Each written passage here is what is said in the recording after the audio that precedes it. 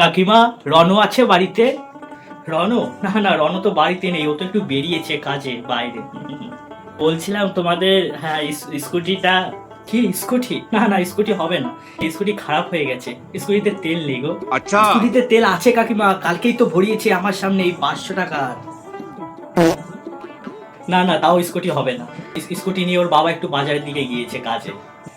এই শুনছো, আমি আমার ফুটো জায়গাটা তো খুঁজে পাচ্ছি না। কোথায় রেখে? ও পল্টু, ভালো আছিস তো?